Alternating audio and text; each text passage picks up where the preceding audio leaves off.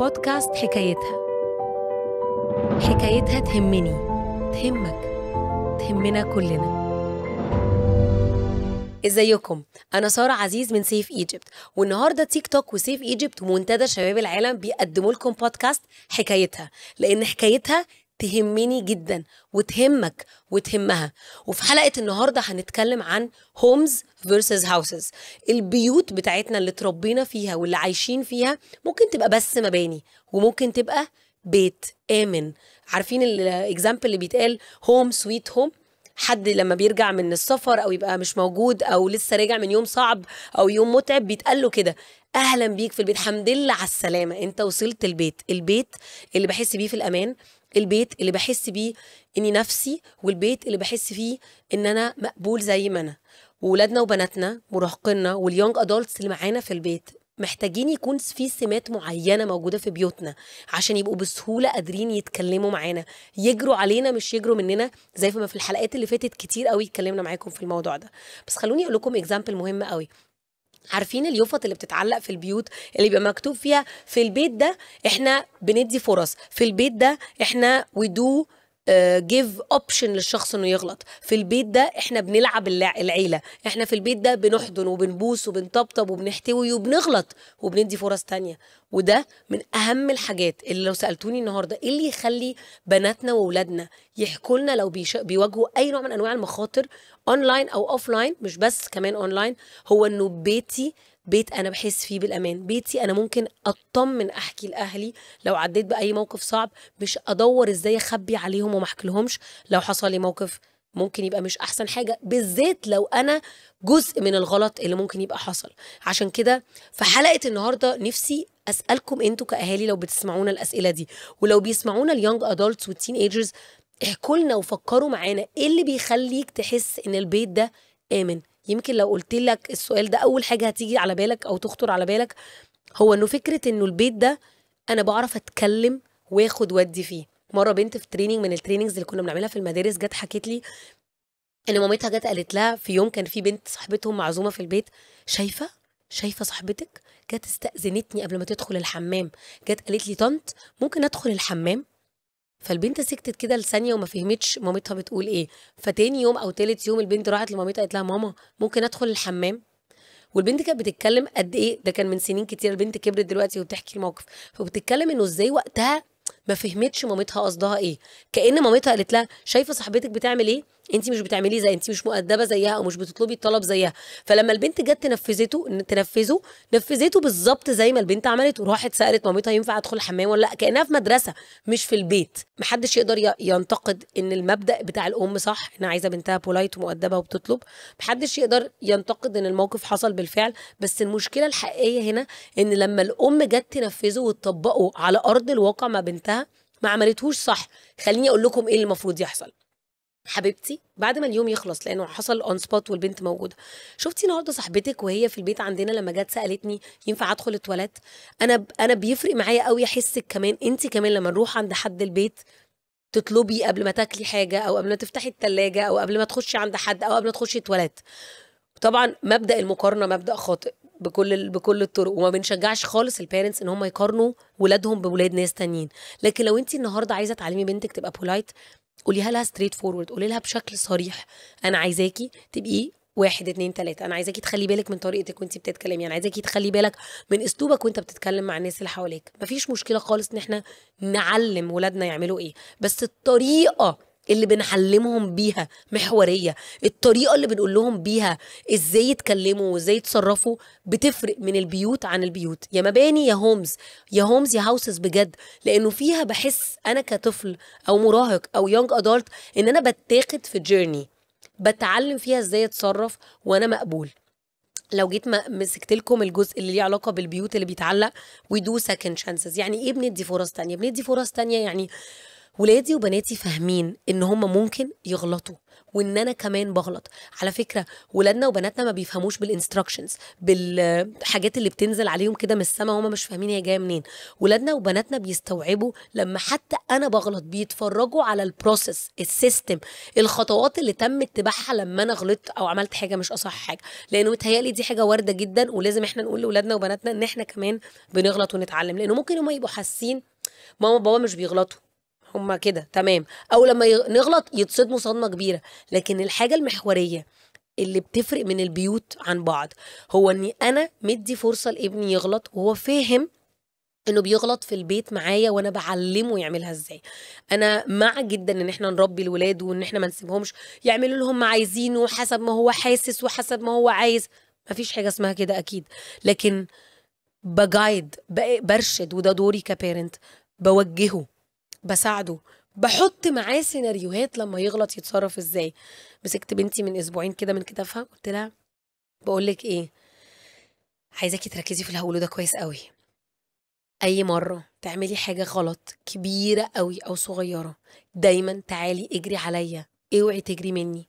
فسكتت كده شويه، قالت لي اي حاجه اي حاجه. قلت لها اي حاجه اي حاجه، حتى لو كبيره جدا، حتى لو كبيره جدا ما تخافيش، دايما حتى لو انت غلطانه هفكر معاكي ازاي نحل السيتويشن. طبعا لانها صغيره فبصت قالت لي حتى لو ما غسلتش سناني. قلت لها حتى لو ما غسلتيش سنانك. بصراحه الموقف استوقفني شويه، لانه دول نقطتين عايزه اقولها لكم من القصه دي. اول حاجه ان احنا نعيد ونزيد على اولادنا ان هم يرجعوا لنا ويقولوا لنا ويحكوا لنا ويحكوا معانا عن اي موقف اتعرضوا له اونلاين او اوفلاين. دايما هنكون متاحين نسمع ونصدق ونساعد. وده كان اول حاجه عايزه اقولها من القصه. تاني حاجه، الجمله بتاعتها بتقول احنا بندي فاليو لايه اكتر. يعني لو سالت ابنك السؤال ده وقال لك يعني حتى لو جبت نمره وحشه، يبقى موضوع النمر الوحشة حاجة كبيرة بالنسبة له. حتى لو ما سمعتش الكلام، يبقى موضوع السمع الكلام في البيت عندنا حاجة كبيرة بنتكلم عنها كتير. حتى لو ضايقت صحابي، حتى لو نمت متأخر، حتى لو خدت حاجة مش بتاعتي، حتى لو عملت وحش في التمرين، حسب هيقولوا ايه. دي حاجة بتقول ان احنا بنتكلم عن الموضوع وفارق لنا، وتشز حاجة مش وحشة. انا بس بلفت نظركم ازاي الولاد وبناتنا، ولادنا وبناتنا بيلقطوا الحاجات دي بسهولة. لما بفتح سكة كلام ما بيني وما بينهم، لما بطمنهم لرد فعلي، لو فرضنا ان انا متوقع يجي يحكي لي في حاجة، او داخل على سن حساس شوية او صعب شوية او مكلكع شوية، لما بديله كده in advance هتصرف ازاي كبابا وماما، ده بيطمنه قوي يجي يقول لي ويحكي لي. ومن هنا بنقدر نروح لحتة ليه علاقة انه بأدرك زي ما قلنا في الحلقات اللي فاتت، وشجعكم جدا ترجعوا تتفرجوا عليها، عن الاونلاين سيفتي. ان العالم الرقمي في الشارع، ابني وبنتي لما بيفتحوا التليفون هما بيبقوا بياخدوا اوضتهم في الشارع من غير اي بيبان ومن غير اي شبابيك. اي حد ممكن يدخل يسيب اي حاجه او ياخد اي حاجه. عشان كده تجهيزهم للعالم الرقمي واحده من مسؤوليتي الكبيره جدا. زي ما قلت قبل كده، زي ما بنحضرهم للمدرسه، زي ما بنحضرهم لتمرينه جديده، زي ما بنحضرهم لمكان مختلف رايحينه، انا محتاج اجهزهم للعالم الرقمي، للاونلاين وورلد دي اللي بره، عشان يبقى جاهز هيشوف ايه وهيواجه ايه، وامتى يرجع لي وامتى يحكي لي ويسالني. حاجه كمان مهمه قوي، احنا كبيرنتس لما نبقى واعيين انا عندي ايه فيتشرز اونلاين تساعدني اخلي ولادي وبناتي في امان، ده اللي انا برايي ده اللي بنسميه العلم نور. لانه ببقى واعي ايه اللي محتاجه اتعلمه عن العالم الرقمي انا كمان كاهل. ان انا عندي فكره انه ابقى شايف الاكاونت بتاع ابني، ابقى عارف ان انا ممكن اربط الحساب بتاعه ببتاعي، ابقى قادر اقفله المسجز اللي بيخشها او بيبعتها لاي حد ومحدش يبعت له مسجز، ان انا اخلي الاكونت بتاعه مقفول برايفت مش بابليك في اي حد يتواصل معاه باي شكل من الاشكال. الفكره بتاعت التواصل اللي ما بيني وما بينه في علاقتنا مع بعض بتفتح لي سكه معاه ان انا اتكلم ومبقاش حس ان انا براقبه. هو عارف ان انا موجوده بباك هيم اب، وان انا بسبورت هيم، وان انا بدعمه، وببقى معاه في السكه اللي ليه علاقه بالعالم الرقمي الكبير اللي يمكن هو يبقاش متخيل هيجراله فيه ايه او هيتعرض لايه. انا ما برعبوش، ما بقولوش انت هيحصل لك ويحصل لك، مش بعمل كده بشكل مبالغ فيه، بس بلتزم بالقواعد اللي على بعض المنصات لو السن المحدد 13 سنة ما دخلوش لو أقل من 13 سنة. أنا ما عرضوش للخطر ده. أنا ما افتحش عليه الشباك ولا التكييف في عز الشتاء، أكيد هيعيا. ونفس الفكرة بالظبط في العالم الرقمي، بديله أكسس على إيه في سن عامل إزاي، ده اللي بيحدد أمانه أو خطر اللي ممكن يتعرض له. لما بستوعب فكرة إن أنا بقيلاله فكرة إن أنا عندي أكسس على تليفونك وعندي أكسس على الحاجات اللي بتنزلها، دي مش حاجه غلط. لما افهمه انه يقدر يريبورت ليا كماما وبابا او للابلكيشن هو بيستخدمها لو حصل اي انسيدنس، حد ضايقه، حد كسر حدوده للسن الاكبر زي 18 بلس، هو بيبقى مستوعب انه على قد ما بنقدر بنحاول نأمن العالم الرقمي اللي هو بقى جزء لا يتجزأ منه اكيد. واحدة من الحاجات كمان اللي بنقول انها فاليو كبير قوي مهم قوي في بيتنا، فكرة الفورجيفنس، ان انا اسامحه لما يغلط وما علقلوش المشنقة. فكرة ان انا بتعلم وبكبر وبفهم وبستوعب، بس لما بغلط بتعلم اكتر. طبعا كلنا عايزين نقول انه اكيد انا مش عايزه ابني وبنتي يفضلوا يغلطوا يغلطوا يغلطوا ويغلطوا نفس الغلط مستمر، اكيد دي حاجه مستفزه وبتضايقنا وبتضغطنا كاهل. بس اللي انا عايزه اقوله هو احساس بالامان احنا بننشره في البيت لما بدي الرد الفعل الصح لكل موقف. خليني اديكم مثل، ودي حاجه انا شخصيا بحاول اتعلمها، لانها وسط زحمه الحياه ووسط الضغط فعلا احيانا بتفلت مننا ومبقاش مركزين تتعمل ازاي. لو مره، وده موقف حصل قدامي، كنا مره معزومين عند ناس صحابنا في البيت، هم صحابنا قوي قوي من زمان، بنتهم كان عندها وقتها 7-8 سنين مثلا، وهي قاعده على السفره، جت تجيب ازازه العصير عشان تحط عصير في كوبايتها، خبطت ازازه العصير اتدلق منها شويه.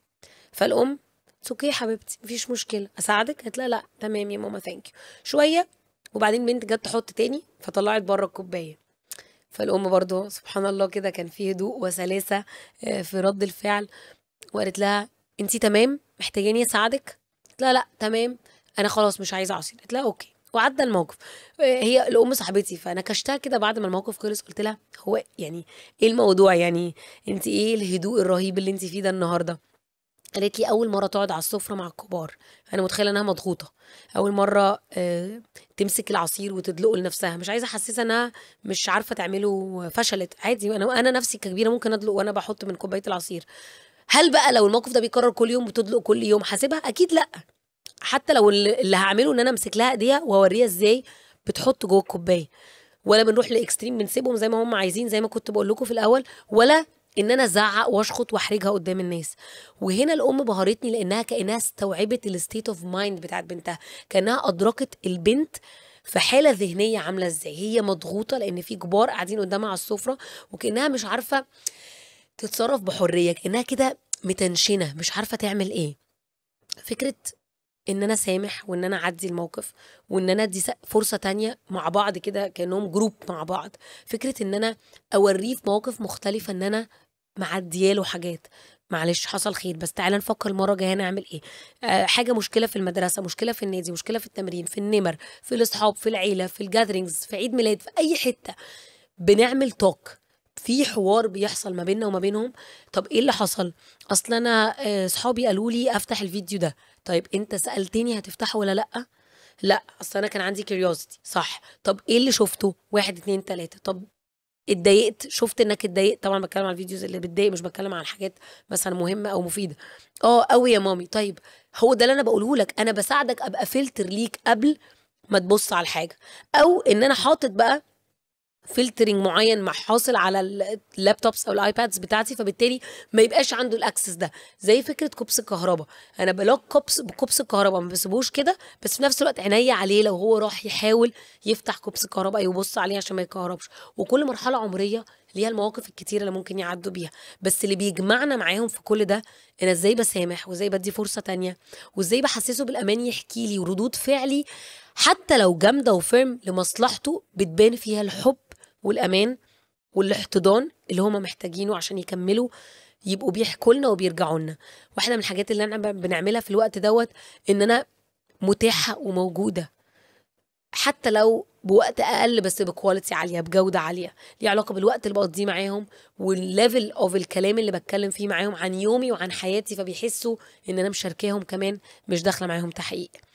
ولادنا وبناتنا محتاجين يحسوا بالأمان في بيوتنا معاهم، ومحتاجين يطمنوا إن إحنا موجودين. بس ده مش بيحسوه لوحدهم، ده بيوصل لهم بكلامنا معاهم وبتصرفاتنا، وإن إحنا طول الوقت بنأكد لهم إن إحنا موجودين، ولو حصل حاجة إحنا نسمع ونصدق ونساعد. النهاردة اتكلمنا عن هومز وهاوسز.